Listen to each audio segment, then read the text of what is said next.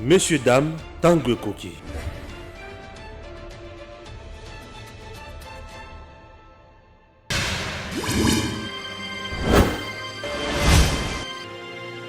Abonnez-vous sur Eden TV officiel.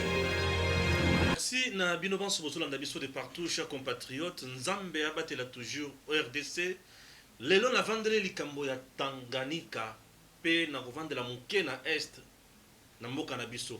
L'insécurité na province ya Tanganyika, nani aza à la base, nini ezo causer insécurité wana, et quelles sont les méthodes ou les stratégies qu'on peut mettre en place pour na kosilisa insécurité wana to ko se préserver na insécurité wana suite ya batuerie ozozala mingi na ba province wana ezali likambo oyo tozolobela mokolo lelo sur l'étendue du territoire national na ba province oyo bato bazali kozala na makambo ebele biloko wana ezali koboma mingi tokoyeba yango lelo sans problème.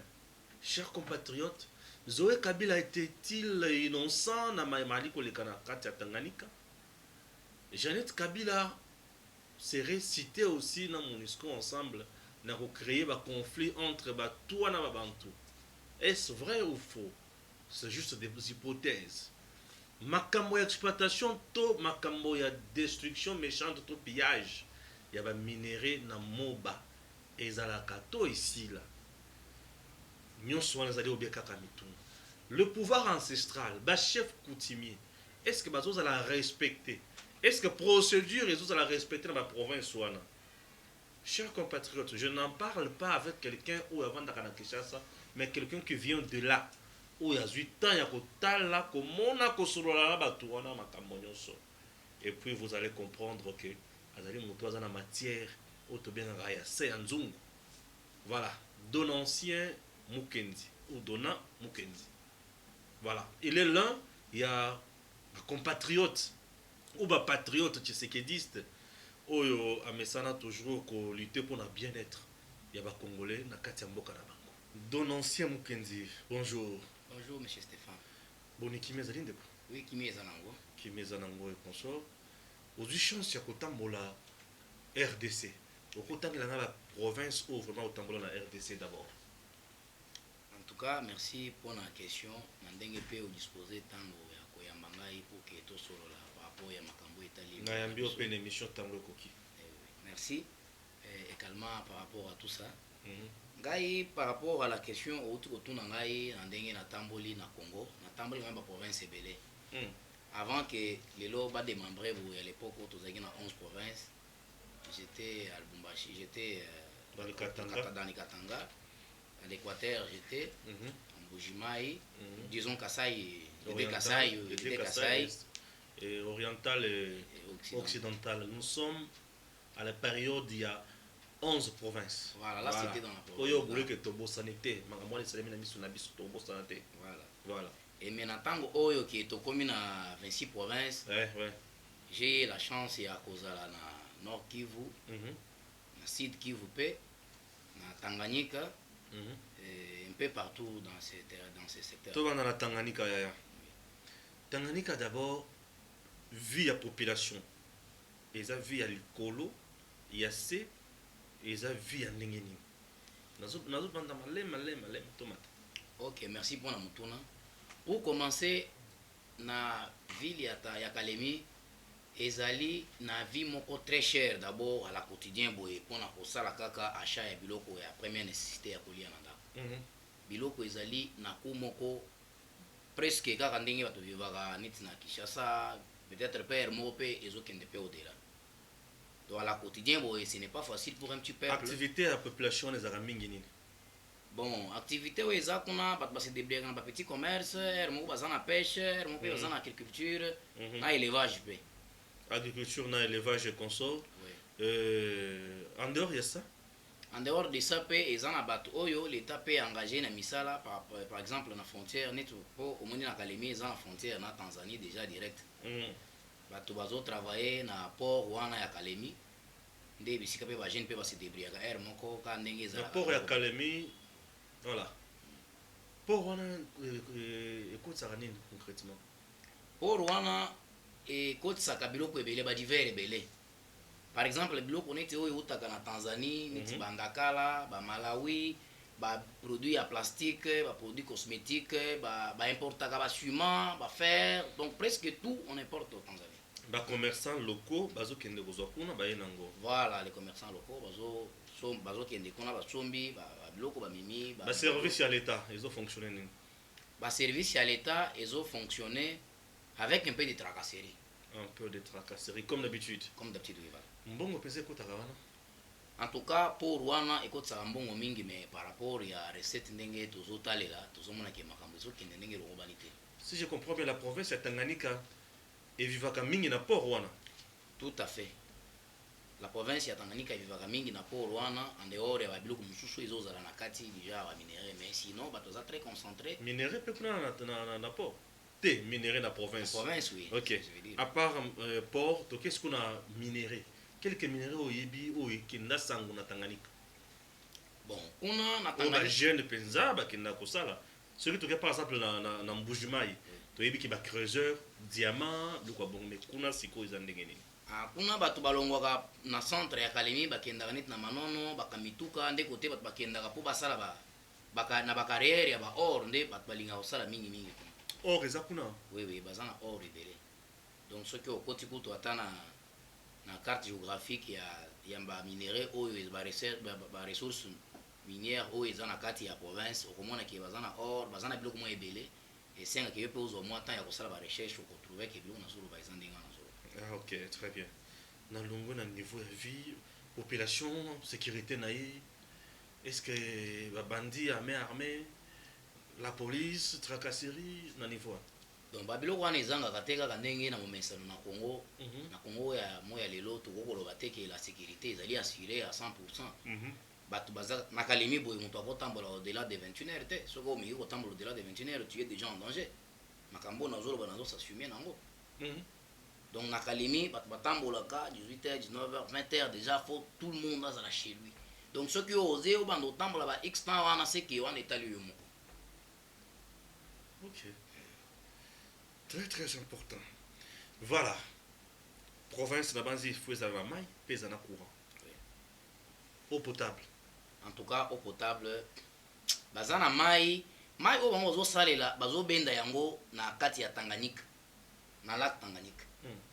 Eza na régie des eaux asalima ba installation na ye kaka ndenge azosala extraire mai na rivière na biso oyo tobengaka awa Ndili par exemple.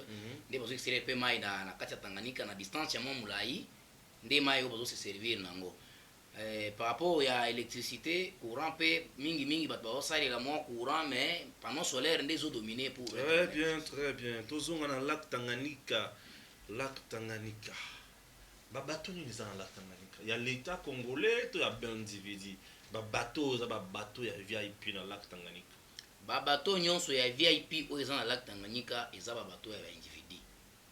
Neti individu liboso oza na bato ya munene na lac Tanganyika, bato ya munene peza ya lac Tanganyika.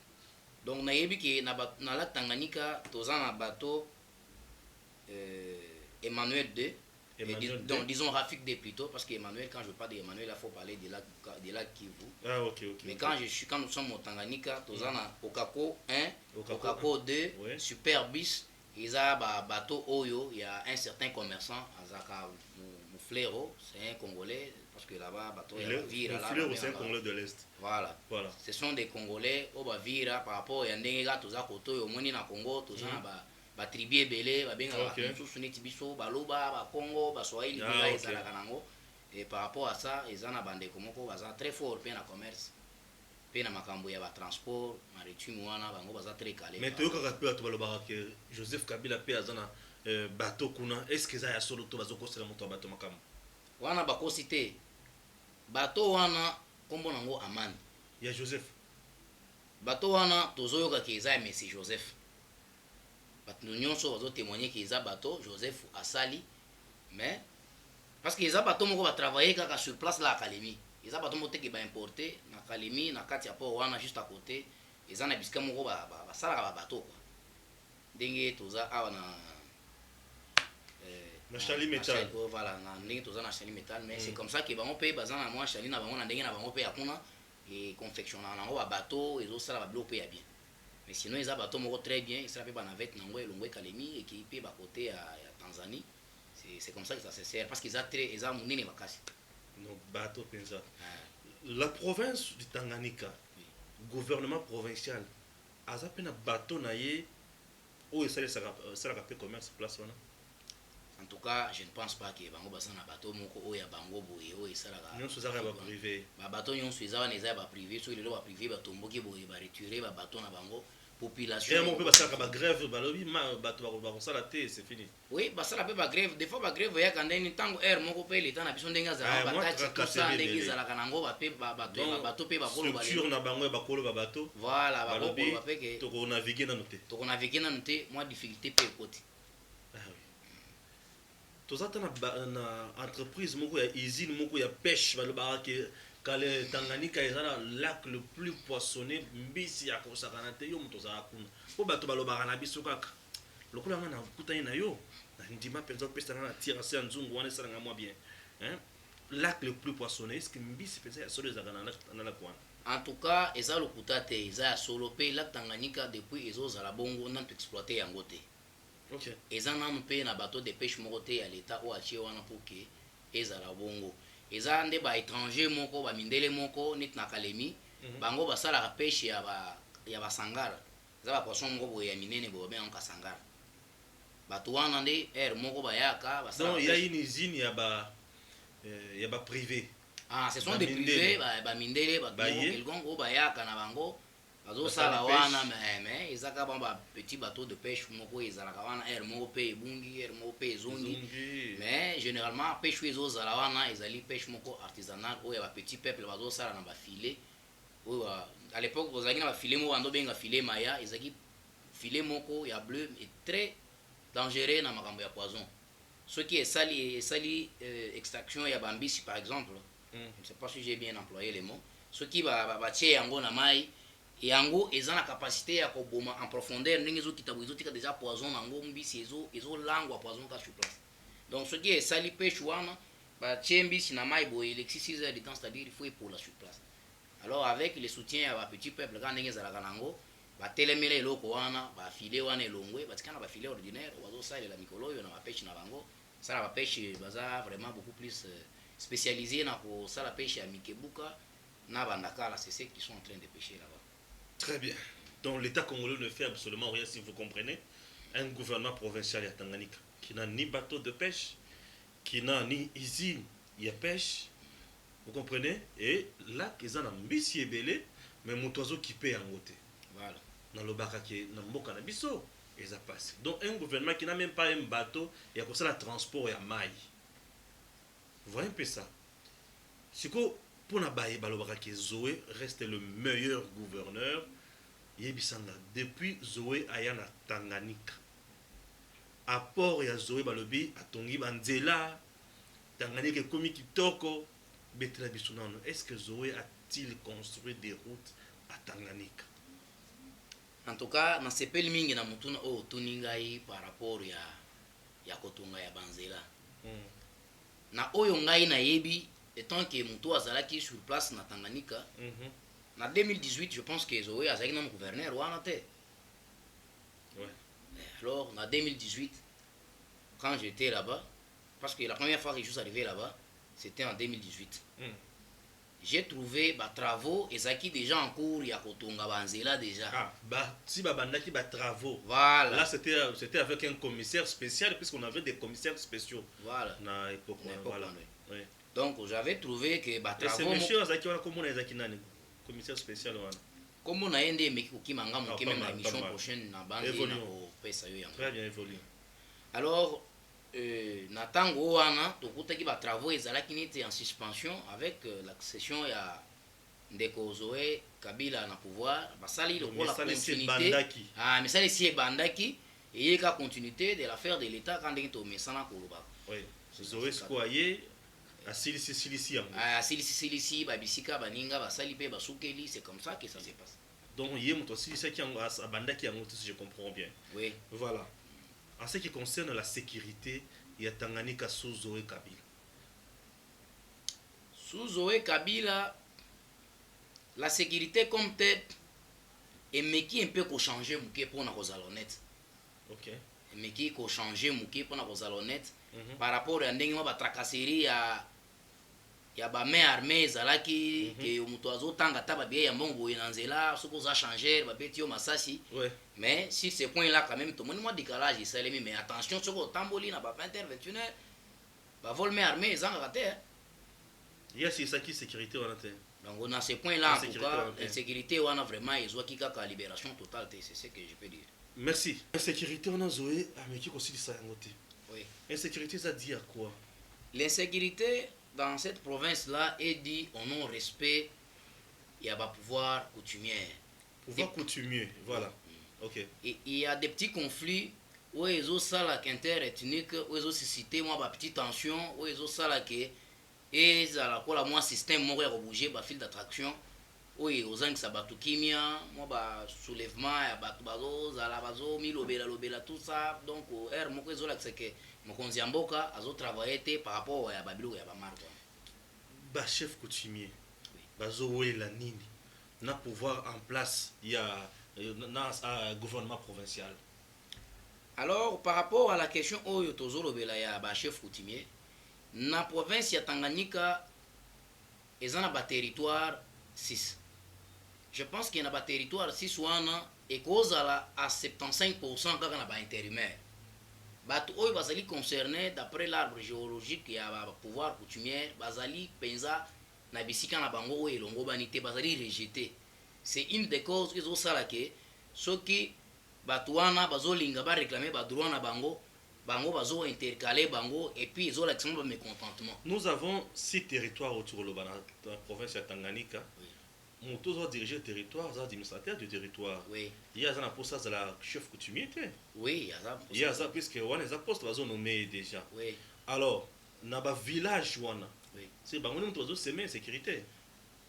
C'est tout à fait. Bilo kwa nezali ba homme politique mususu o baza mal intentionné, o bazali contre la vision ya chef de l'état ndenge azomema makambo pour que changement et monana vie sociale ya batu ezala quand même na moi position muto ataza na mbongo mingi te makambo monana bien yango sikoyo ezo sala que tant moment des ordres ezo la moyen ata batu bazwa manière ya ko travailler boye kozala te.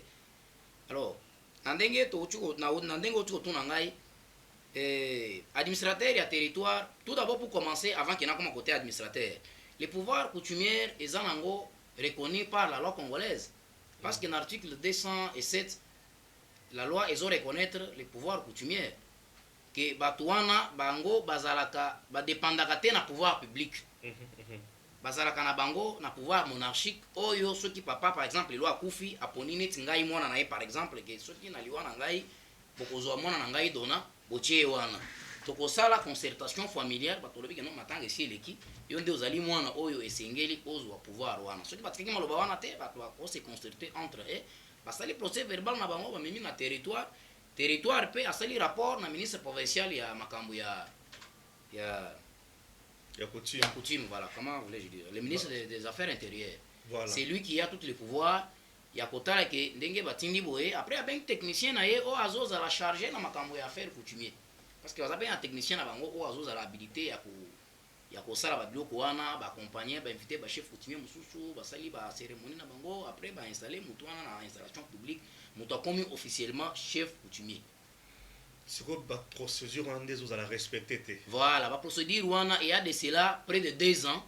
Oyo ministre o azali en place azolinga ko appliquer ya ministre provincial ya Tanganyika voilà les ministres provinciaux de la province plutôt de Tanganyika ne veut pas appliquer que batu oyo bazali habilité bazala na pouvoir o bazana parce que ezana ba chefferie mususu ezana mona ba conflit comme en parle par exemple comme à Kansabala, comme à Kayabala. Donc ce sont des ethnies, ce sont plutôt des chefferies où il y a l'approbation du ministre pour qu'il puisse installer BAD.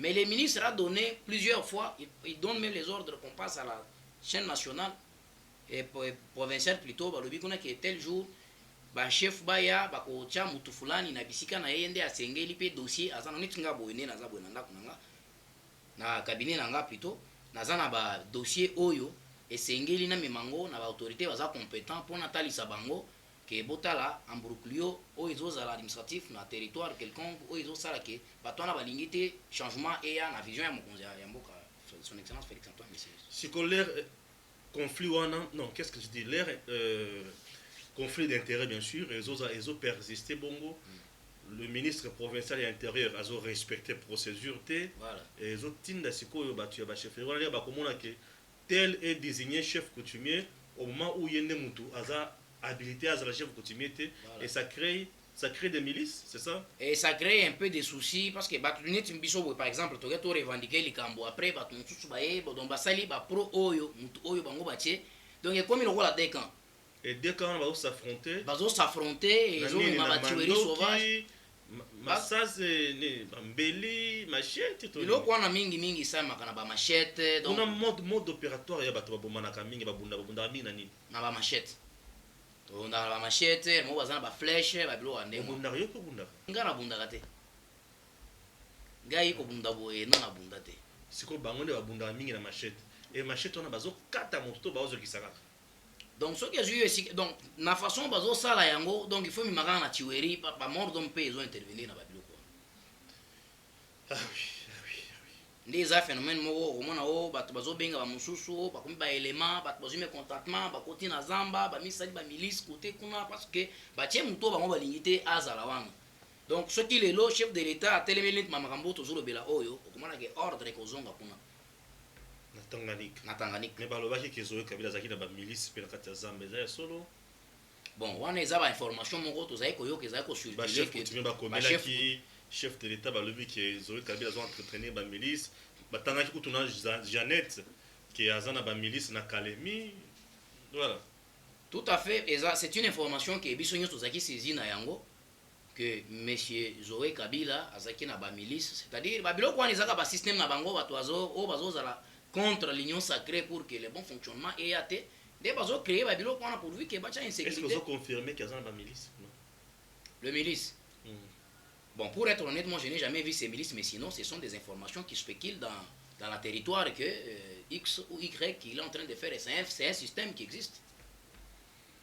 Ok toyokaki lisusu oyo balobi ke eza na mindele moko bayaki kuna soki Kivu Motors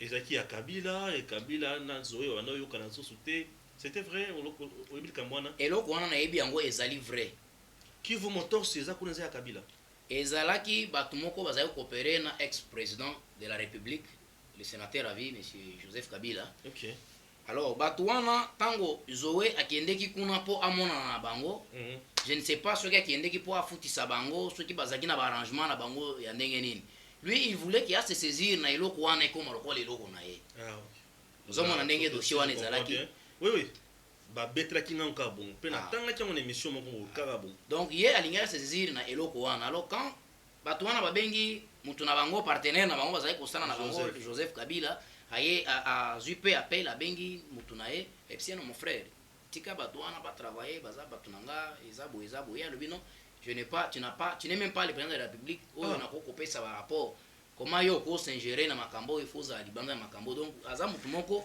ayokelaka ata bato te. Donc Zoé il n'avait pas un discours ou une collaboration directe avec la population? Non, lui, bon, moi je lui ai jamais tenu un meeting comme ça devant sa population ou adresser un message comme ça devant les gens, moi j'ai jamais vu ça. Ah bon? Parce que tu es dans le terrain, que tu vas te la tête. Et puis bango pour commencer, bamisa bazana ba chef na bango moko coutumier o ba utilisaka pona ko instrumentaliser ou bien ko freiner lokola ba chef coutumier oyo ndenge nazali koloba. Donc eloko wana ndezali au cœur ya koluka ba insécurité surtout na province ya Tanganyika. Bango mutu ba instrumentaliser ba chef coutumier mosusu. Voilà. O bazo utiliser. Voilà. Et banda ko fukote le bato mosusu et bango baza toujours makasi c'est ça. Voilà. Donc il y a un chef coutumier qui s'appelle monsieur Ntumbwe. OK. Le monsieur là c'est un chef coutumier, il représente les chefs coutumiers. Si par exemple un chef coutumier a un souci, lui il peut avoir le pouvoir d'aller parler à son nom pour que le monsieur soit établi. Mais c'est la même personne qui facilite les ministres des affaires intérieures quand il s'agit à kotia chef ou à singeli na place nae. Alors comme on a que par exemple chef nokola dona par exemple, ye mutu wana abimi alobi te mutu wana asengeli te botya ye bozwa nanu intérim botya sikoyo intérim oyo bango bakotya akozala mutu oyo akobanda opesa bango barétrocession du genre soki village etravaille par exemple produire ata 3 millions yango ekokatela mutu na bango 1 million yeye mpe azwi 500 000 apesi par exemple na administrateur ya territoire mbongo mosusu etikali ale basaleli mpe makambo na bango. C'est comme ça que makambo wana ezomarche bien te. Très bien, très bien, très bien. Est-ce que Zoé avait-il amélioré les conditions de vie sociale et la population à Tanganyika? En tout cas, sur ce point-là, moi je ne vois pas là où il a amélioré les conditions physiques des gens. Les gens galèrent là-bas. Non, les gens galèrent totalement. Totalement. Donc par rapport à la vie sociale, il n'y a rien qui est fait. Bah, lui, il n'y a pas de trafic à minerais, c'est vrai? Oui, c'est vrai. D'ailleurs, à la carrière, moi-même j'étais là.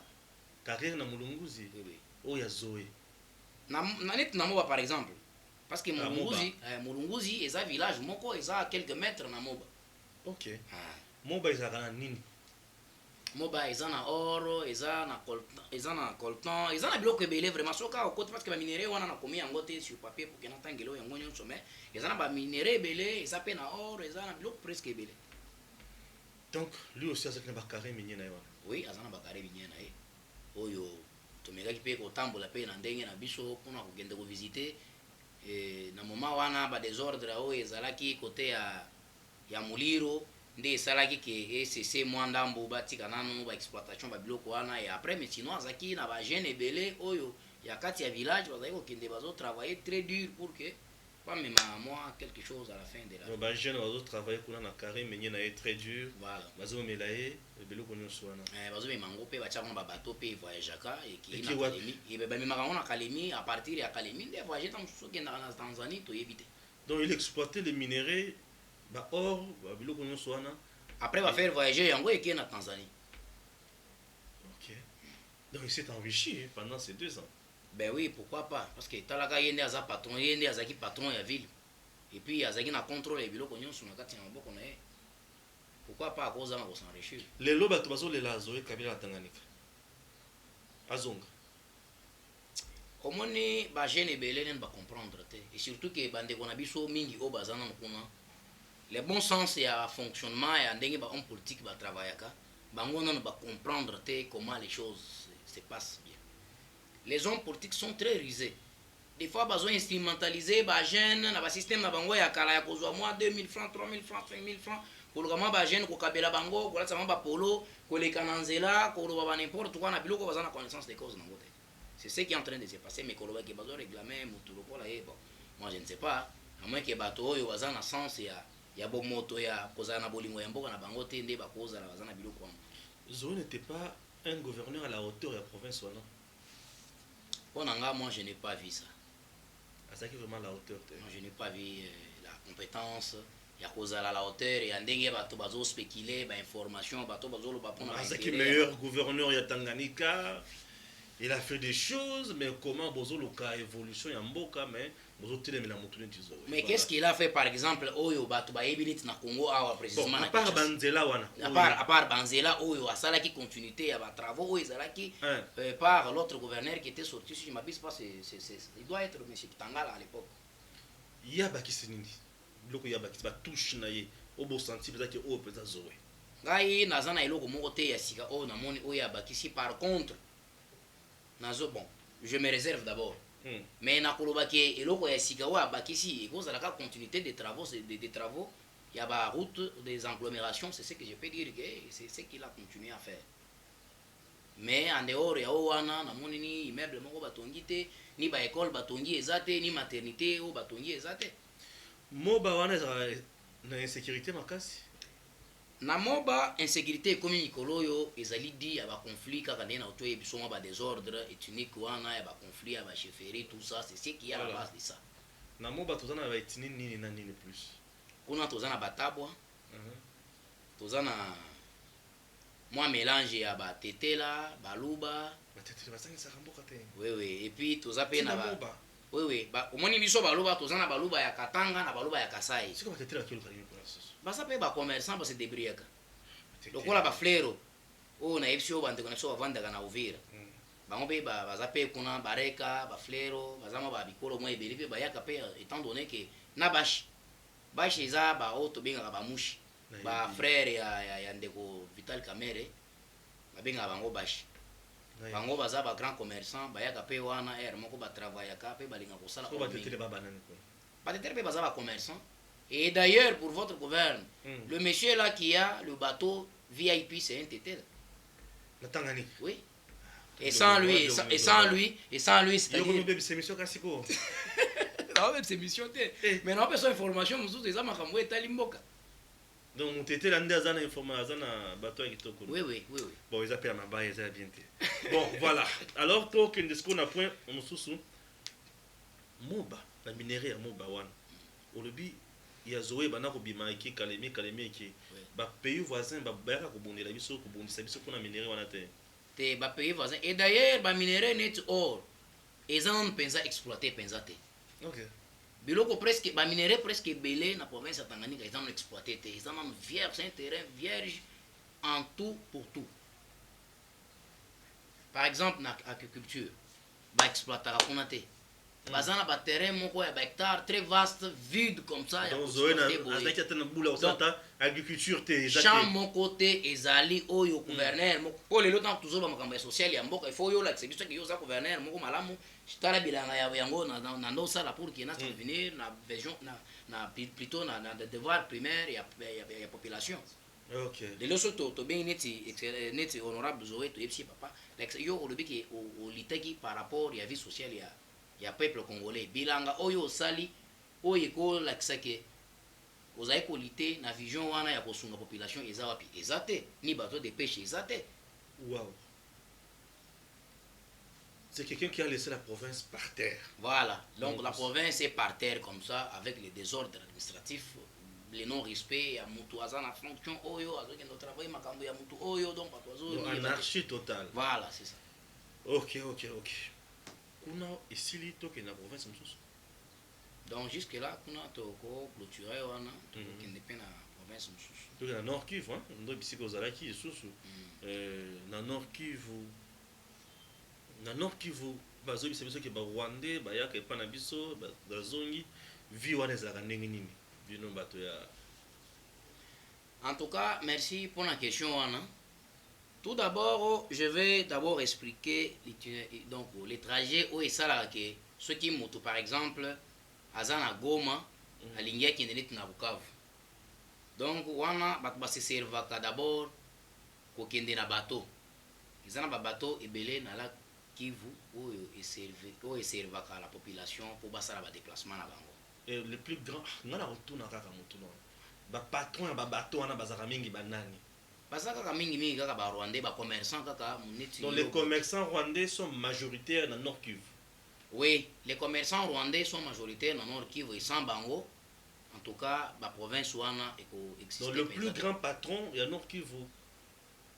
Ezali ba Rwandais et les Nandais. Les Nandais sont des Congolais. Les Congolais, oui. C'est ça que je dis que les Rwandais et les Nandais. Et les Rwandais et les Nandais, oui, c'est ce que je viens de dire. Voilà. Donc on est en bateau ya minena. Mais mingi en matière ya bateau, tozomona ba Flero, Tetela et les autres là. Comme le monsieur là non Tetela les sources dans Nord Kivu. Oui, parce que vous savez le monsieur le monsieur là qui a le bateau sur le lac Tanganyika, il en a encore sur le lac Kivu. Oui. Et ça faut répondre à taxe bien. Oui, na mona ki afuta parce que ceux qui paient aux offres de taxes te bakoti ka yote exploiter ba tunyo so wana bazo futa bango taxe. Ata ba taxe ya tourisme ba donc na moni ki c'est bon. Ba pena ba disposition ya ko. Ya ba tete là pardon. Ça c'est autant à ce ba tete là. Alors tozana na nini na Nord Kivu. Comment précisément par exemple? Poto kende na nani olubi kolunga Nord Kivu nzela kende Rwanda ezala banzela ebele. Tandela siko biso yango. Biso par exemple soki neti ozana Goma.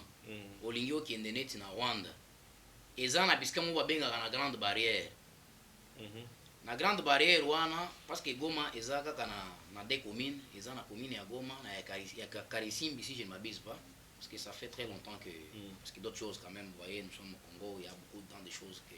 Et ici, avec le poids de l'âge, sur Ben Poli. oui. Ouais, le poids de l'âge. Alors, donc, ce qui est au Longwe, ça doit être dans la commune de Goma, la Grande Barrière. Vous pouvez traverser à pied et puis vous allez là-bas. Ceux qui m'ont tenu, par exemple, vous allez qui enrôlé na Goma, vous en droit, na carte de l'éternel, vous traversez, tu peux aller vivre à Kiseni, tu vis là-bas et les soirs tu retournes au Congo. Et les Rwandais viennent aussi comme ça. Et les Rwandais aussi viennent aussi comme ça. Les garçons congolais enceintes aussi les filles rwandaises. Oui, oui. Et d'ailleurs, bangombe oyo batu baliaka mingi oyo tobengaka ngombe ya fresh ya Goma eutaka na Rwanda chaque jour na ngulu eutaka kuna chaque tongo bakamion ezokota wana ezotraverse na grande barrière ye na Congo na Goma. Ah bon? Oui. Après bamemi yango na babatoire babomi yango bateki wana bangombe fresh boy eutaka nde na Rwanda. eutaka nde na Rwanda. Ye na tokoto na RDC to. Ye na RDC après toli. Ndenge ezozala bongo et puis eza na miliki moko babengaka yoguru ezali le fresh ya ngombe en liquide babengaka yango yoguru eza miliki eutaka mpe na Rwanda nde bisika ezouta ezoya eye na Goma. Ok. Wana sikoyo bajeune olobi bazolongwa na Rwanda baye na Congo balongwe bakie na Rwanda. Voilà. Sécurité eza makasi place wana. En tout cas, côté wana, le peuple rwandais d'abord, le peuple congolais, cohabitation na bango, ils ont un problème. Ah, bah, un problème, t'es na quoi? Ils ont un problème sur ce point-là. Ce sont des gens qui se fréquentent bien sans souci. Et donc, tu peux quitter le Congo. Donc, c'est quelque chose. Donc, ils ont un peu complexe, quoi. Donc, problème, il y a que la population, il y a Koto, ils ont les jeunes Congolais, parce qu'ils sont en Rwanda. Oui, et les jeunes Congolais vont aller étudier au Rwanda et les Rwandais qui viennent aussi étudier au Congo. À Goma. Et chaque jour comme ça? Et chaque jour c'est sans problème. Sans problème. Oui. Cohabitation, poison, vous avez bon, poison c'est vrai, c'est une culture ou un mode de vie. Une culture. Voilà. C'est une culture plutôt ou mode de vie ou adopté pour bazala nango. Moi neti awa na Kinshasa bote o ake o batumtu bazala ko bachena mtumbatsu bamsu basala ka boye bango pe pona bango. Et poison c'est une sorte ya koluka marché ceux qui bacheli au poison bakolokero kerichère moko opesi moi là kuna basoigner yo. Ah bon? Eza wala trafic. Eza wala trafic. Ah ok. C'est quoi nzela mai? Pour okende Rwanda. Bon, na Rwanda okende na nzela mai te. Yango tokatsaka ka pied. Okende na mutuka.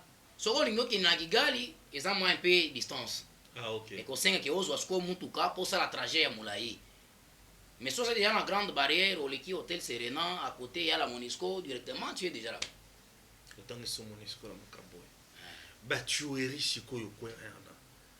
Bah, tu vas en bazamba, bazobo, matin, midi, soir. Et ça n'est ni si quoi. Au Monineti, par exemple, ceux qui au Longwe, na Bukavu, comme ils sont na Bukavu. Aux en Bukavu, au Lingo qui est na Uvira. Tolikaka na désert moko tobengaka Ruzizi si je ne m'abuse pas. Dans le terrain là, c'est là où s'opèrent des opérations par des coupeurs de route. Les coupeurs de route là peuvent être le mélange des Congolais avec la métissage des Ougandais et des Rwandais et le mélange des Burundais. C'est ce qui se passe. Alors ces troupes là quand ils viennent c'est pour arrêter le trafic de voitures qui quittent Bukavu vers Uvira. Vous voyez, parce qu'il y a le bus, il y a des bus du genre Transco par exemple, et des petits bus comme IAS que nous appelons ici des transports de combi. Voilà. Ce sont ceux-là qui font des trafics là-bas. Maintenant, dans cette trafic-là, les navettes que le bus peut quitter ici pour aller de l'autre côté, c'est là où arrivent des groupes armés qui viennent pour faire de n'importe quoi. On peut vous arrêter comme ça, on vous déshabille tous, on est en train de chercher de l'or, on cherche de n'importe quoi. Déshabiller, fouiller mutu. Papa zawana, maman zawana. Attends, on a beaucoup kilo na yo, attends, on a maman, donc il faut faire attention, faut pas voyager en famille comme ça, parce que beaucoup y en piscade. Moni beaucoup amoni. Amonio. Albio mobile à moi langa za rendez-vous. Donc makamwana donc il faut kaka to senga ka tozo ngai kutu déjà nazo pesa longonya na FRDC na effort bazo sala parce que ba côté wana nyonso insécurité zo lingue comme à générer quoi. Généraliser voilà. Ah ok. Donc Zamba ezala bezana Zamba wana basoda bazate. Vous savez que na Congo attends tozo ba botozana na Congo munini makasi hein. ozo sentir que espace vert boye ya vide ya obeti ya wa kilomètre ya ozomona ata ndako moko te eza kaka zamba na zamba. Et c'est dans ces zamba-là, bato mosusu bazoya bazoprofite tellement que eza na baposte moko ya la police ou bien ya baforces armées te pour que mpo na ngai nazopropose na l'état ke ameke mpe kocréer les histoires déjà mwa baselile moko bisika wapi bakotya neti bapolicier ou bien mwa bagroupe armé mais il faut quand même ezala kola mwa poste moko ya relève bato bazo lelo bokei kuna mpe ozongi bakrie mwa babiro. C'est possible de construire de nouvelles villes na bazamba wana? C'est très possible. Puisque c'est la meilleure solution. C'est la meilleure des solutions. Plus nous tous en Zamba espace vert et vide, l'ennemi vient se cacher là-bas. Voilà. Pour trouver des solutions, c'est question de construire une nouvelle ville. Voilà. Tongi ba ville place wana et bataki ba occuper en parce que lorsque la ville est là, il y a des gens, il y a la sécurité et personne ne viendra plus faire du mal aux gens. Et surtout ça aussi. Donc il faudrait que l'État paye sa tabac gratuitement. Non, c'est pas question qu'on paye ça gratuitement. L'État lui-même allait construire des grandes maisons. Aux hommes, on a construit ma ville et puis. Et comme il dit, genre des fonds d'avance à l'époque, on oui, et voilà. Et des sociétés. La société minière, il y a miné na Goma. Paraît-il que bango peut passer la si bazara sima minière, bazara sima wana. Est-ce que bazara ba contrat à kotonga biso ba ville moko kuna te pour na exploiter pe minerai wana? Est-ce que bango tout d'abord bazana na idéologie wana ya kosala wana bazana ngote? Bazako tuna idée wana te c'est que leur intérêt c'est de venir puiser seulement nos minerais et puis partir. Derrière les groupes armés, tu n'as pas eu la chance un jour ya kosulata na ba milice oyo kake kopna bango na basala ka ndenge nini bazaka soutenir par banane. En tout cas, je n'ai pas eu vraiment cette chance-là. Il y a kokutana na bato wana. Mais nazwaki mwa chance muke ntango nazalaki kote ya mwa baso nalingi nazonga mwa ndambo muke ezalaki mwa bato oyo baza mécontent par rapport ya système wana oti oloba ya bato bazali mauvaise animée de mauvaise foi ya kolinga kosoutenir l'idée derrière la chef de l'État ya kovaloriser idée oyo ya développement ya économie ya baprovince na baterritoire te po bato lelo bazaka na système na bango après Joseph Kabila mon système wana eza na kati ya makila il faut je ne sais pas soki bakongolais yango il faut babimisa bango makila batya bango makila mosusu bien faut tosala ndenge nini donc bato bazali bazotalaka baintérêt oyo ya bango moko esprit ya clientélisme ezana na kati ya bahomme politique na biso nde ezosala ke batala intérêt général ya bapeuple congolais te ozomona. Donc le chef de l'État, M. Félix Antoine Tshisekedi, il est en difficulté parce que Azana Batu Yamalam te Obasengeli a travaillé na bango pour à niveau de la province. Je vous jure que na niveau de la province presque belé, ministre, gouverneur, les administrateurs des territoires, tous ces chefs là de service, ça et là, baza na droit à se saisir na ba activité oyo. Plutôt na ba responsabilité o bazozala nango bazosala ba n'importe quoi mingi bazokoze ba bavire mingi o ezoleze économie ya mboka na biso na ba collecte nyonso o bazosala bango pe ba pira mingi bazala na ba réseau mafieux o ya kopier mbongo baza nango parce que déjà ceux qui par exemple et puis bato ebele kuna bazosala ba mususu baza na matricule mais ezali budgétisé te ba mususu bazotravailler lokola des journaliers. OK.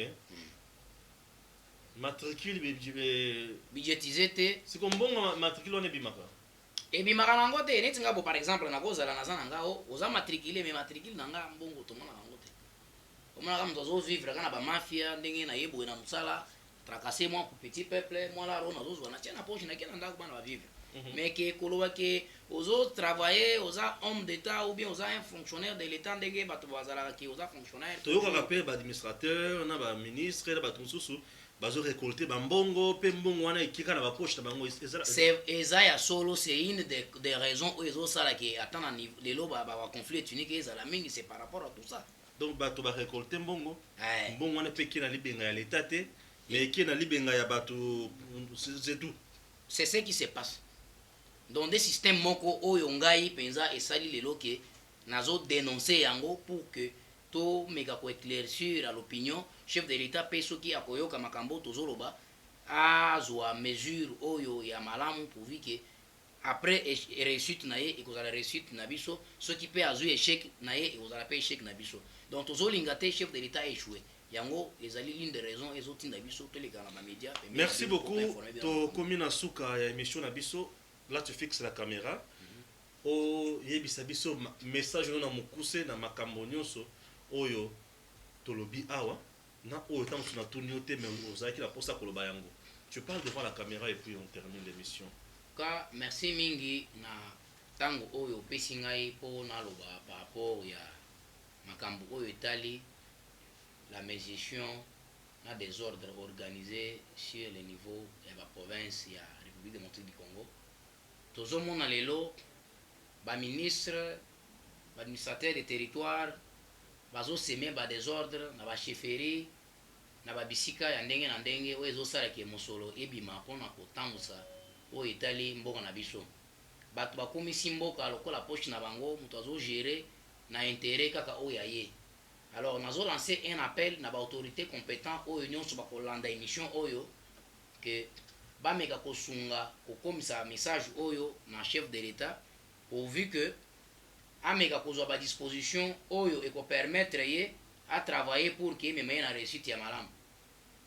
Là je parle particulièrement na province ya Tanganyika oyo bato lelo bazo chanter makambo ya Zoé Kabila sali makambo ya Zoé Kabila sali baya na ba preuve ya misala oyo bango bamoni ka innover ya sika baya kolakisa biso soit maternité yango atongi ya sika soit école yango atongi pour les soutenir chef de l'État na makambo ya gratuité de l'enseignement. Nous n'avons jamais vu ça.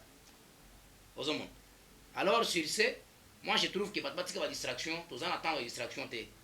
Le temps vraiment nous presse. On n'a pas le temps à perdre. Batika ba distraction, ba meka ko aider chef de l'État na vision wa zanango na union sacrée oyo to travailler. Par rapport à pas désordre, je suis en train de m'adresser directement au ministre des territoires et des provinces de Tanganyika. Je ne vais pas citer les noms jusque-là, mais là où il est, il sait de quoi je parle. Baza déjà na arrangement na bango na ba chef coutumier na bango o bango baza na bango wana. Batika banti valeur ya kosala kozwa ba chef o ya bango ya poche kocha wana pour que ba bloquer ba développement ya makambo. Biso tolingi biloko wana te et nous disons non à ça.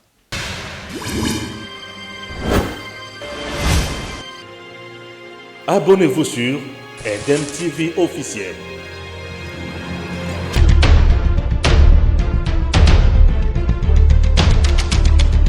Tango Koki avec Stéphane Balamongue.